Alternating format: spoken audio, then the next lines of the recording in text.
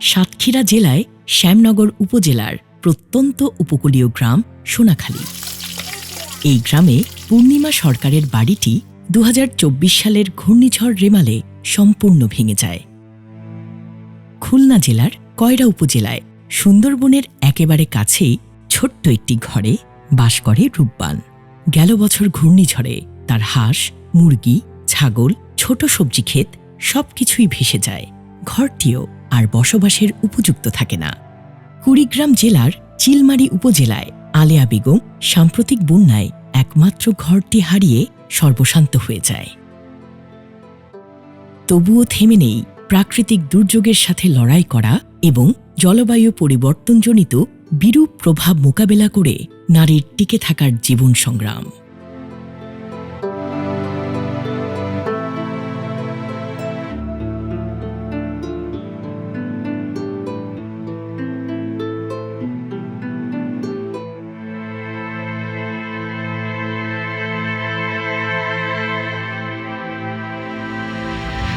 বৈচিত্র্যময় ভূপ্রাকৃতিক বৈশিষ্ট্যে সমৃদ্ধ এই বাংলাদেশ।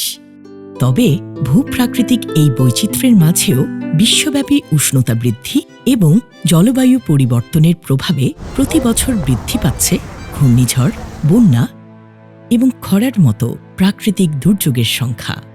ফলে প্রাকৃতিক দুর্যোগে সবকিছু হারিয়ে সহায় সম্বলহীন এই জনপদের মানুষগুলো চরম দারিদ্র্যসীমার নিচে বসবাস করছে।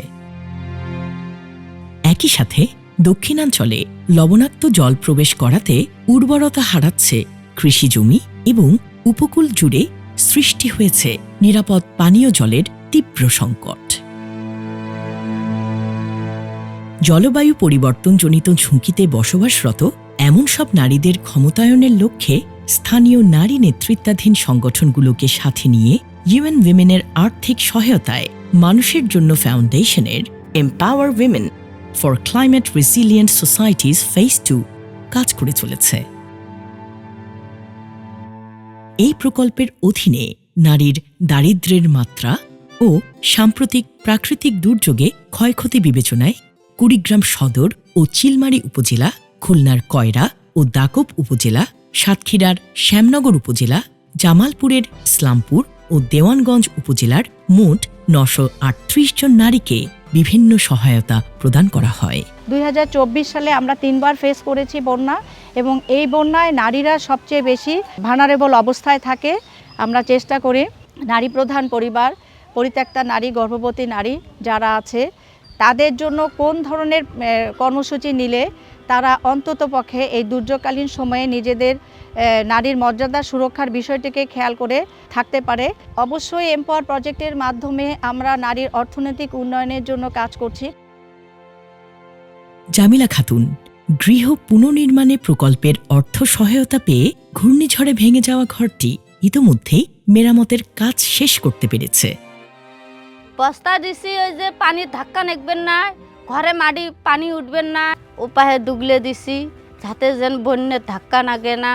আগের থেকে এখন মজবুতও হয়েছে, ডাডিও হয়েছে, এখন আর আল্লাহ দিলেও কোনোঠাই যাওয়াও নেকবেন না। রূপবান আর্থিক সহায়তা পেয়ে ইতোমধ্যেই ঘরের ভিত উঁচু করতে কাজে নেমে পড়েছে। ঘরটার ভেঙে গেছিল, তারপরে এই আইয়ার ভিত থেকে সাহায্য পাইছি আমি। ভিট উঁচু করার জন্য খুঁটি দেশে 6টা, টিন দেশে 24টা। আমি খুব খুশি, আমার যা দেশে এইটুকুই আমি খুব খুশি। রেমাল ঝড়ে ক্ষতিগ্রস্ত হয়েছে এমন পরিবারকে আমরা সহযোগিতা করছি। কয়রা এবং উত্তর বেতকাশি মিলে ঘরে সাপোর্ট দিয়েছি 36 জনকে, আর ক্ষুদ্র ব্যবসাকে দিয়েছি 36 জনকে, সবজি চাষকে দিয়েছি 50 জনকে। দেওয়ার পরে আমরা প্রায়ই ভিজিটে যাই 2-10 দিন বাদে। তখন দেখলাম তারা নতুন করে ওই যে 10,000 টাকার মাল দিয়েছি ব্যবসায়ীদের, ওই মাল দিয়ে তারা বিক্রি করে নতুন মাল উঠাচ্ছে। এগুলো দেখতে ভালো লাগে। শেল্টার সাপোর্ট দিয়েছি, তাদেরকে দেখি এখন আস্তে আস্তে বাড়ি বানাচ্ছে, তাদের মুখে হাসি। প্রাকৃতিক দুর্যোগে ব্যবসায়িকভাবে ক্ষতিগ্রস্ত নারীদের আবার ব্যবসামুখী করে তুলতে প্রকল্প এলাকাগুলোতে 252 জন নারী ক্ষুদ্র ব্যবসায়ীকে অর্থ সহায়তার মাধ্যমে ব্যবসা শুরু করে স্বাবলম্বী করে তোলার প্রচেষ্টা গ্রহণ করা হয়। শ্যামলী রানী তার বাড়িতেই নিজ উদ্যোগে একটি ছোট প্যাকেট তৈরির কারখানা শুরু করে। তবে গত বছরের ঘূর্ণিঝড়ে প্যাকেট তৈরির সব উপকরণ একেবারেই নষ্ট হয়ে যায়। গুণগত মান ভালো হওয়ায় বাজারে প্যাকেটের চাহিদা ক্রমেই বৃদ্ধি পায়। ফলে শ্যামলী রানী প্রতিবেশী অন্যান্য নারীদেরও তার কারখানায় কাজে লাগিয়ে কর্মসংস্থানের সুযোগ সৃষ্টি করতে সক্ষম হয়েছে। এই ব্যবসা উদ্যোগ এবং বাজারে প্যাকেট সরবরাহের কাজে তার স্বামী তাকে সার্বিকভাবে সহযোগিতা করে আসছে। বন্যায় ভেঙে যাওয়া দোকানটিকে হামিদা বেগম প্রকল্পের আর্থিক সহায়তায় আবার শুরু করতে সমর্থ হয়েছে।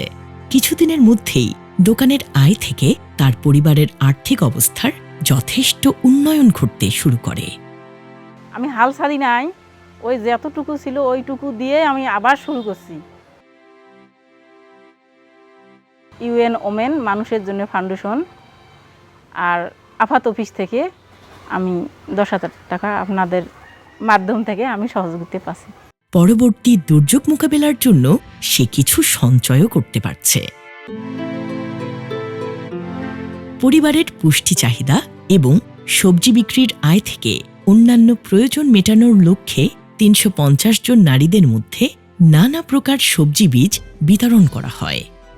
মাধবী রানী গাইনের নিয়মিত পরিচর্যার ফলে সবজি চারাগুলো ইতোমধ্যেই যথেষ্ট তরতাজা হয়ে উঠেছে। এই সহায়তা পেয়ে মাধবী তার বাড়ির আঙিনা সহ আশেপাশের পতিত জমিতে সবজি চাষ শুরু করে। তার প্রত্যাশা, এই সবজি পরিবারের খাদ্য ও পুষ্টি চাহিদা মেটাতে সক্ষম হবে। পাশাপাশি অতিরিক্ত সবজি সে বাজারে বিক্রি করে সংসারের অন্যান্য প্রয়োজনও মেটাতে পারবে। বিন্দু ও নারী প্রকল্প থেকে আমরা যে সহায়তাটা পেয়েছি, এইটাই আমাদের খুব উপকৃত হয়েছি আমরা। তনুশ্রী গাইন তার বাড়ির উঠানে এখন নিয়মিত গ্রামের নারীদেরকে হাঁস মুরগি, গরু ছাগল পালনের উপর প্রশিক্ষণ দিয়ে থাকে। গবাদি প্রাণীর ভ্যাকসিনের উপর সরকারি প্রশিক্ষণ তনুশ্রীর জীবনকে পাল্টে দেয়। ইয়াজদর থেকে আমাকে ডাকলো, 5 দিন একদম হাতে কলমে আমরা শিখেছি। সে এখন নিয়মিত গ্রামগুলোর বাড়ি বাড়ি গিয়ে গবাদি প্রাণীর ভ্যাকসিন সহ সব ধরনের পরামর্শ সেবা দিয়ে থাকে। গ্রামের মানুষের মনে সংকোচ ছিল যে আমি ঠিক মতন ভ্যাকসিনটা দিতে পারবো কিনা। আমি একটা মহিলা হয়ে ওই ভয় না করে খুব সাহস করে আমি এখন গরুর ভ্যাকসিন দিই। আমি একবারই যদি 100 দিই, 2 টাকা করে নিলেও আমার 200 টাকা হয়, বেশি না 500 টাকা আমি 2 ঘন্টার ভিতরে কামাই করে আনতে পারি। তার সেবা দক্ষতা ও আর্থিক উন্নয়নের গল্প তার এলাকায় তাকে এক উচ্চমাত্রায় প্রতিষ্ঠিত করেছে। আর এভাবেই এম্পাওয়ারমেন্ট প্রকল্প প্রাকৃতিক দুর্যোগপ্রবণ এলাকাগুলোতে ক্ষতিগ্রস্ত নারীদের দুর্যোগ পরবর্তী পরিস্থিতি মোকাবিলায় সক্ষম করে তুলেছে। মানুষের মনে সংকোচ ছিল, আমি একটা নারী হয়ে একটা পুরুষে যা পারে সেটা আমি করতে পারি কিনা। এখন মহিলারা অনেক কিছু করতে পারে। আমার স্বামীর সহযোগিতা না থাকলে তো আমি এত দূরে যেতে পারতাম না। একই সাথে পরিবার ও সমাজে নারীদের ক্ষমতায়নের মাধ্যমে নারী পারিবারিক সিদ্ধান্ত গ্রহণে গুরুত্বপূর্ণ ভূমিকা রাখছে এবং তার পরিবর্তিত অর্থনৈতিক অবস্থান সমাজে নারীর নেতৃত্ব তৈরির পথ প্রশস্ত করেছে।